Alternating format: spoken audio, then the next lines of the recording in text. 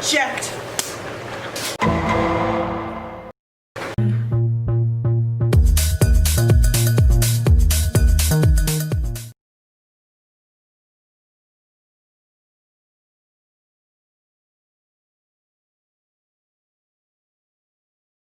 Hi guys, it is Debbie and welcome back to my channel, or welcome to my channel if you are new, and this is another Paralegal Reacts, and this time we are going to react to Amber Heard's counterclaim, and it's a doozy.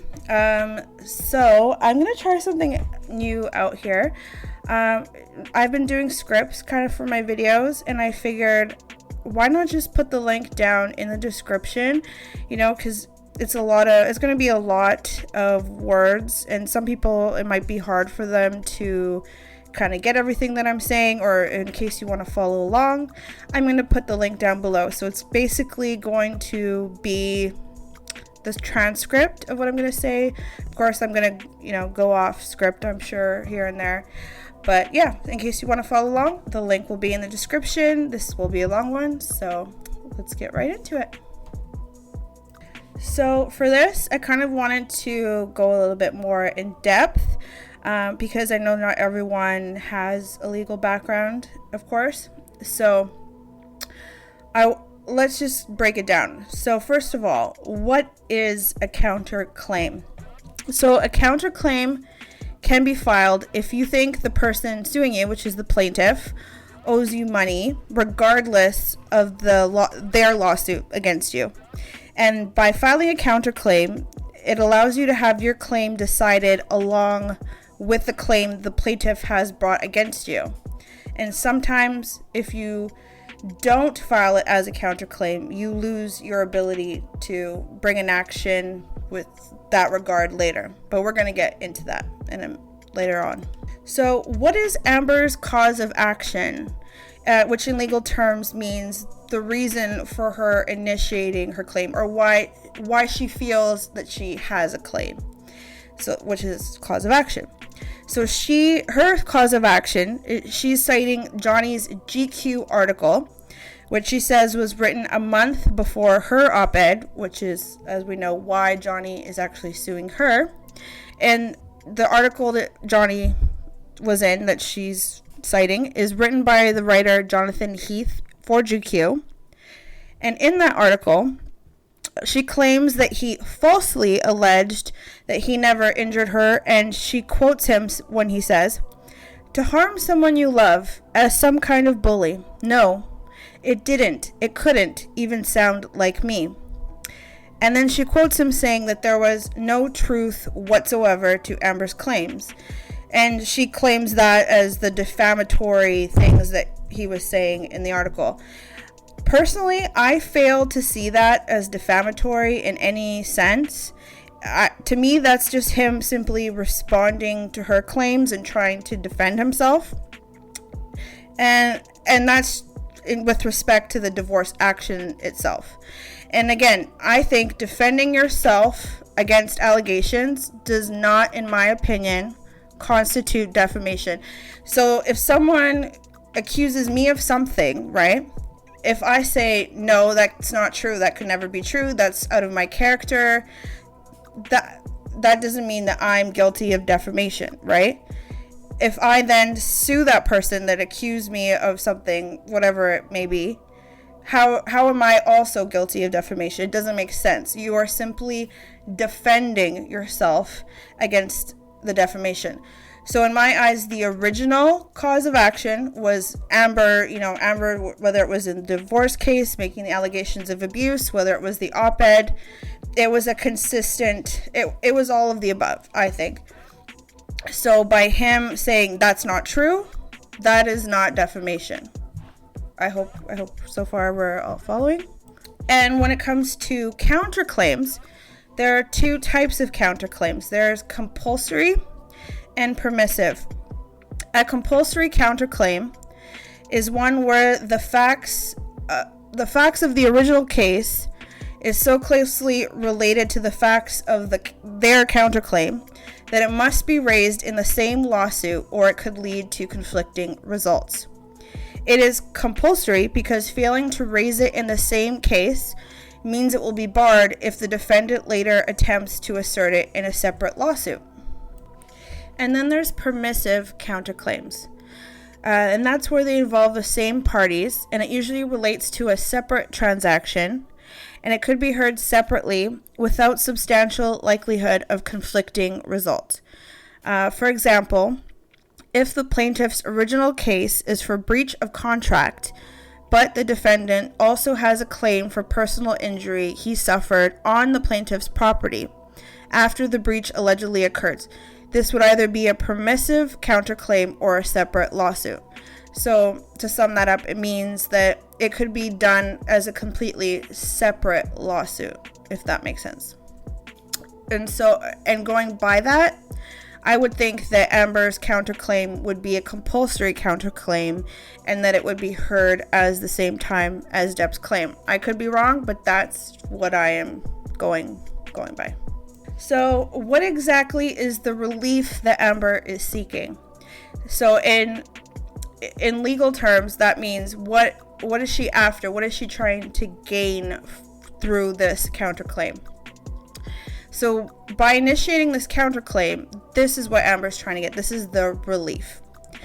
Amber is trying to get a declaration that she is immune from civil liability for DEPP's claims in his complaint and for her statements in her op-ed, because Ms. Heard's op-ed is regarding matters of public concern that will be protected under the First Amendment to the United States Constitution made by Ms. Heard that are communicated to a third party. And then she cites Virginia Code 8.01-233.2 subsection A. So of course, that's what she said. So I'm going to go over what exactly she said in her counterclaim. And at times I'm going to have some comments. So for example, I wanted to read out to you guys what exactly the Virginia Code 8.01-233.2 subsection A says. So it says, immunity of persons for statements made at public hearing or communicated to third party.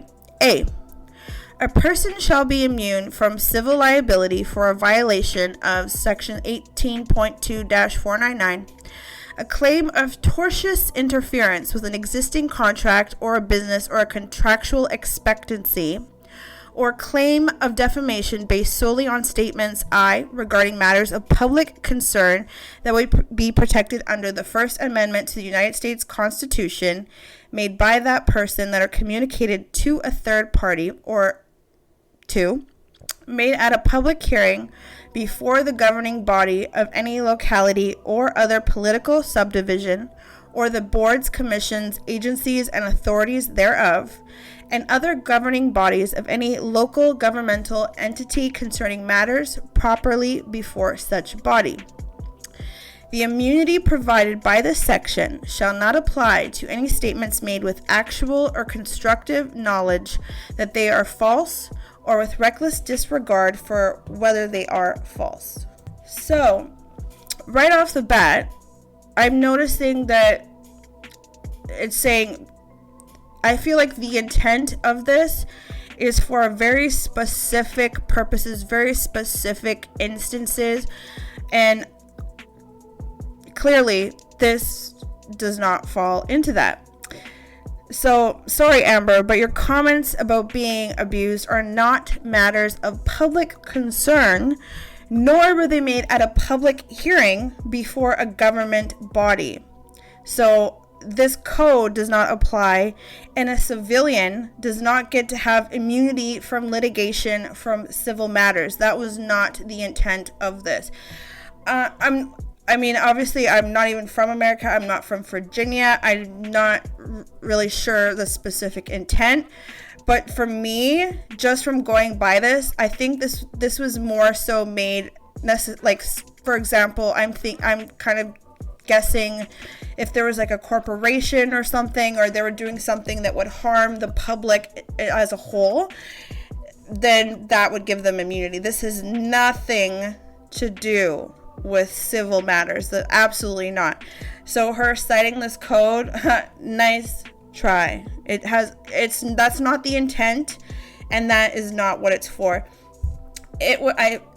Obviously that's what I'm getting from this. This was meant to shield someone if it was in publics of matter, like of public safety. For example, Aaron Brockovich or something. If a witness went on the stand to say, yes, they were allowing the water to leak through or whatever it may be, that is where I think that's what they're talking about, you know?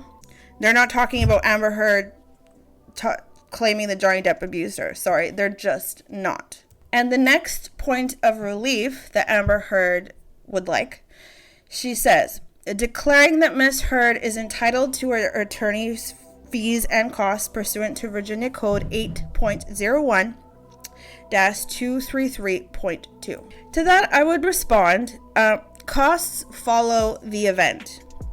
Meaning, if you are successful, you get your legal fees paid by the opposing party.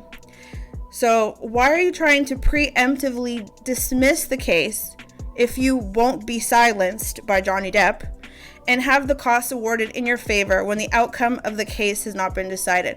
Costs are a given, basically. If you, like, say, even without a counterclaim, if, like, say Johnny lost, then the judge would pretty much award, depending on how successful he was, it would be like, say if he was 75% successful or something, or he was 25% successful, the same amount would be apportioned of the costs, if that makes sense. Then the further relief Amber Heard wants, she says, awarding Miss Heard compensatory damages of not more than $100 million, twice the amount Mr. Depp asserted against Miss Heard, or in such amounts as proven at trial. Guys, I'm reading it exactly as she wrote it in the counterclaim. That's exactly what she said. Word for word. And it's good to know that they don't have a basis for this amount besides it being twice what Depp asked for, nor do they claim any specific loss that led to this amount being imputed. You cannot just say and pull an amount out of your ass. You have to say it's because of this, and why. You have to have an accounting and prove why you're asking for this amount. All their only explanation was it's twice what Depp asked for. That is the only explanation. There's no, I lost this job offer, I lost this. No, as far as we know, she hasn't been fired from anything.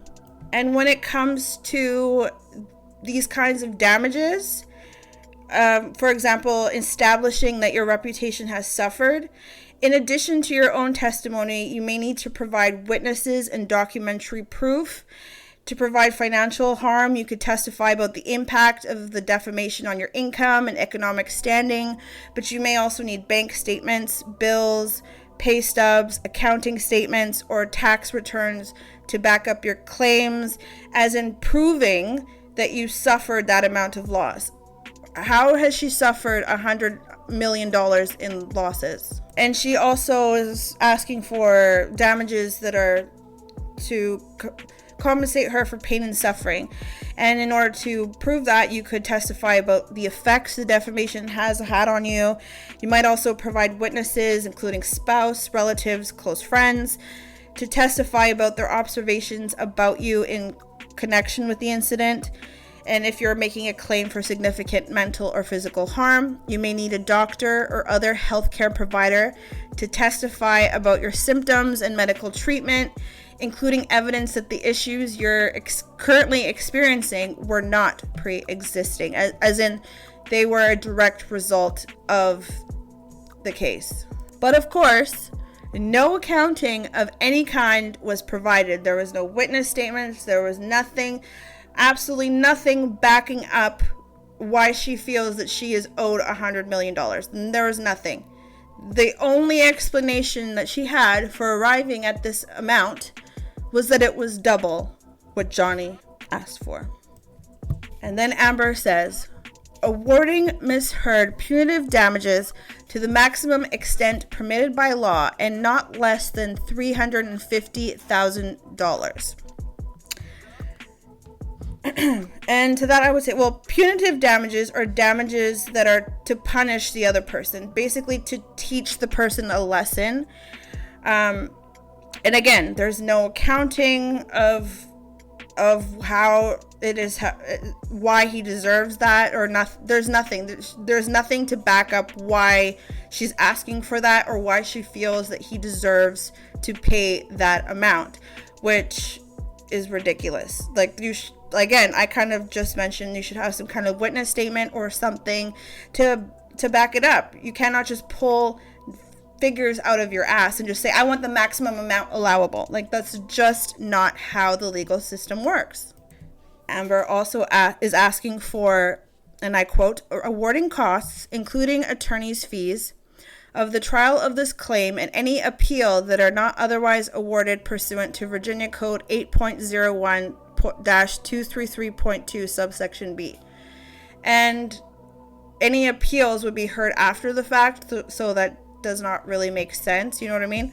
Like, let's say, oh my God, let's hope not she doesn't win, but I'm just saying hypothetically, if she does win and then, you know, Johnny Depp appeals it or something, you can't preemptively award appeal costs. Amber's also requesting, and I quote, for the issuance of a preliminary and permanent injunction order, Mr. Depp individually and through his agents to cease and desist from taking any action in violation of Virginia Code 18.2-152.7-1. Then I also quote Amber, enjoin Mr. Depp permanently from continuing his harassment and relentless pursuit of Ms. Heard. And I don't know, to me, that I would respond, like, suing someone for defamation after they alleged you were abusive in order to clear your name hardly constitutes harassment. And finally, she says she wants to be awarded such further relief as the court deems just and proper. And she demands a trial by jury on all matters for which a jury trial is permitted. And so, like I said earlier, I have a feeling that it will be tried at the same time as this one is, as the facts are basically the same. Of course, I could be wrong, but that is what I am thinking. And so I also wanted to go a little bit more in depth into the types of damages that she's kind of asking for. One being compensatory damages, which are quantifiable, and the purpose is to restore the injured party as nearly as possible to the position he or she would have been in had the wrongful conduct, which is the defamation, had never occurred. And that would include financial losses with respect to his or her property, business, trade, profession, or occupation, any loss of income or lost earning capacity, which can also include shame or pain and suffering. And there's also punitive damages, which are designed to punish the defendant for extremely negative actions and to prevent them from doing it again in the future. And let's go on to Amber Heard's evidence and what she attaches to her counterclaim as evidence that defamation occurred. So in her counterclaim, Amber Heard attaches various articles as exhibits to try to prove that Johnny defamed her. Oddly enough, one is a Daily Mail article that transcribes the audio between Johnny and Amber, where Amber admits to hitting him, which is actually just facts. That's just how it happened. And in my opinion, Johnny and his team are not responsible for what other people write in their articles. And any statements that Adam Waldman has made in his course of acting as Johnny's counsel are not defamation. They're simply him as a lawyer defending his client, saying that Johnny didn't do that. That is not defamation. And these articles are her only evidence. That's it. She just attaches articles. That is the only evidence that she has. She has no concrete proof. And just like she has never to date provided irrefutable proof that Johnny Depp abused her. Again, and this is my opinion, but this is nothing but a tactic to deflect and stall the legal process, because articles are her only evidence. Just let that sink in. So, in my opinion, does Amber Heard have a claim? In my opinion, there's no defamation that exists by Johnny to Amber, because Johnny was simply defending himself against her allegations. So if what she's alleging is true, nobody would ever be able to defend themselves against defamation, because then they'd be guilty of defamation as well. It just doesn't make sense, honestly. I think by making a counterclaim, Amber is trying to shift the burden of proof. You know what I mean? Like, she's thinking, well, maybe if I countersue, then it'll be up to him to prove that him saying that I'm lying is true. But that's not how it works. It's still going to be up to her to prove that her allegations are true. Another thing I wanted to discuss, okay, let's just pretend for 1 second that Johnny did defame her, which I don't think he did. Let's talk about the amount of damages that she's asking for. In terms of compensatory damages, for which she's seeking $100 million, in what world has she or would she ever have made that much money in her whole lifetime? Her estimated worth is $9 million. Who knows how accurate that is, but let's just go with that. How can she sue for damages to her reputation that are literally 10 times her net worth? You cannot simply just choose a number to sue somebody for. You have to prove that you suffered that amount of loss. You have to back that up. The judge isn't just going to take, or the jury are not just going to take your word for it. You have to have some kind of proof, which she just said, oh, it's double what Johnny asked for. That's it. That's all she has to support asking for that amount. And that's a big part of why defamation cases can be difficult, because it is up to you to prove the amount that you're asking for. And it is difficult at times to quantify and prove that, especially when it comes to loss of potential income.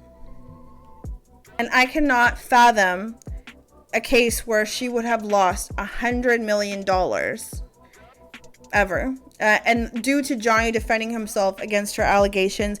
And even if she did lose that large amount of money, she would have, I think, brought that onto herself, because had she just kept Johnny's name out of her mouth, he would not have sued her in the first place. By her continuing to want to play the victim and play this narrative that, you know, I'm the savior of the Me Too movement, she was the one that brought this onto herself. So even if that was true, which I don't think it is, she brought it onto herself.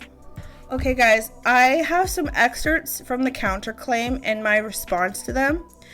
But now that I'm looking at how long this is already about over 20 minutes long. So I actually think I'm going to split it up into 2 separate videos where I'm going to actually get into the excerpts from the counterclaim and my response to them, just so it's not super, super long. So I guess that's it for now.